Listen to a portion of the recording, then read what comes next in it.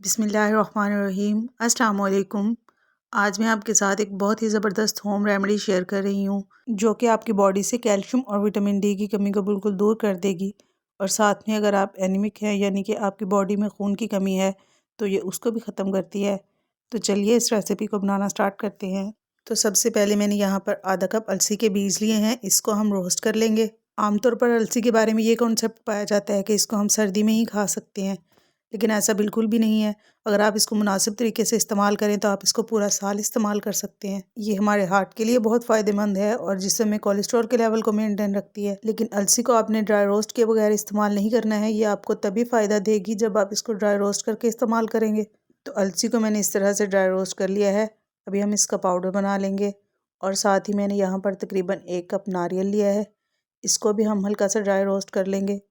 Dry roast करने से ये फ़ायदा होगा कि इनमें जो भी मॉइस्चर है वो ख़त्म हो जाएगा और इनकी शेल्फ़ लाइफ बढ़ जाएगी और इन सब चीज़ों को हम लंबे टाइम के लिए स्टोर कर सकते हैं। आमतौर पर ऐसा होता है कि हमारी बॉडी में आयरन की कमी की वजह से हम अक्सर बहुत थका हुआ फ़ील करते हैं, तो ये इन सब चीज़ों के लिए बहुत फ़ायदेमंद है। ख़ास तौर पर बच्चों के लिए ये बहुत ही फ़ायदेमंद है, क्योंकि जब उनकी हाइट इंक्रीज़ हो रही होती है तो ये उनकी हड्डियों को मजबूत करती है। बच्चों बड़ों सभी के लिए बहुत फ़ायदेमंद है, सब लोग इसको इस्तेमाल कर सकते हैं। इसके बाद मैंने यहाँ पर 1 कप के करीब मखाने लिए हैं जो कि तकरीबन 100 ग्राम है। इनको भी हम हल्का सा ड्राई रोस्ट कर लेंगे। मखाना जो है वो कैल्शियम का बहुत ही अच्छा सोर्स है, ये हमारी हड्डियों को मजबूत करता है और इसमें आयरन और फाइबर भी काफ़ी ज़्यादा पाया जाता है, तो ये वेट लॉस में भी काफ़ी हेल्प करता है। तो जिन चीज़ों को मैंने ड्राई रोस्ट करके इस्तेमाल करना था उनको मैंने ड्राई रोस्ट कर लिया है और बाकी चीज़ों को हम हल्का सा रोस्ट करके इस्तेमाल करेंगे। 1 कप मैंने यहाँ पर देसी घी लिया है। कुछ ड्राई फ्रूट्स हैं जिनको हम रोस्ट करके इस्तेमाल करेंगे।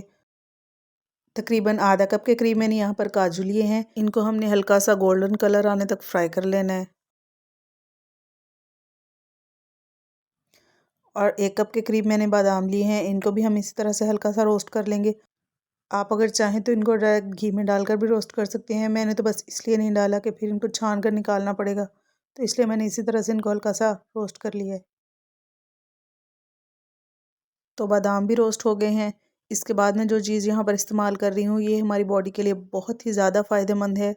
इसको गोंद कतीरा बोलते हैं। ये कैल्शियम, मिनरल्स और विटामिन्स का बहुत ही अच्छा सोर्स है, इसलिए जो न्यू बॉर्न बेबीज़ की मदर होती हैं उनको ये ख़ास तौर पर खिलाया जाता है। तो इसको भी हमने इस तरह से हल्का सा रोस्ट कर लेना है।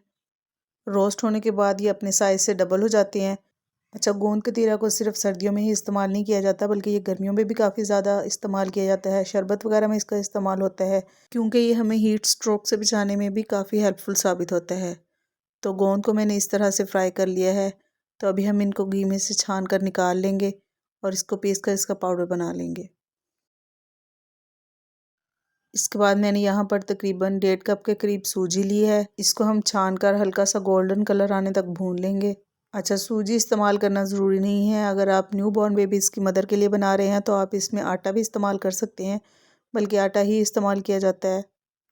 सूजी को हमने इतनी देर भूनना है जब इसमें से हल्की सी खुशबू आने लगे और जो घी हमने इस्तेमाल किया है वो आपको इसमें सेपरेट नज़र आने लगे।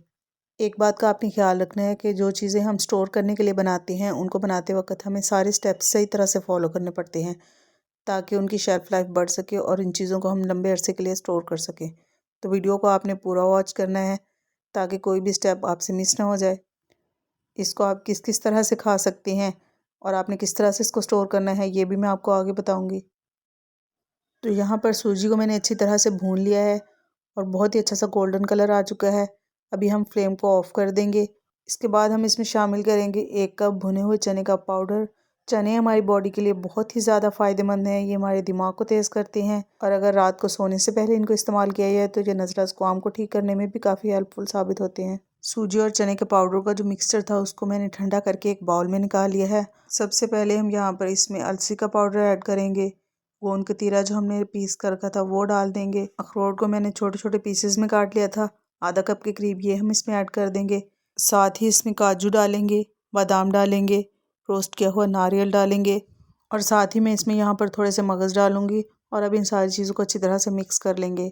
और लाजमी नहीं है कि आप यही सारे ड्राई फ्रूट इस्तेमाल करें, जो भी आपके पास अवेलेबल हो आप वो डाल सकते हैं। मूंगफली को क्रश करके आप वो भी इसमें डाल सकते हैं।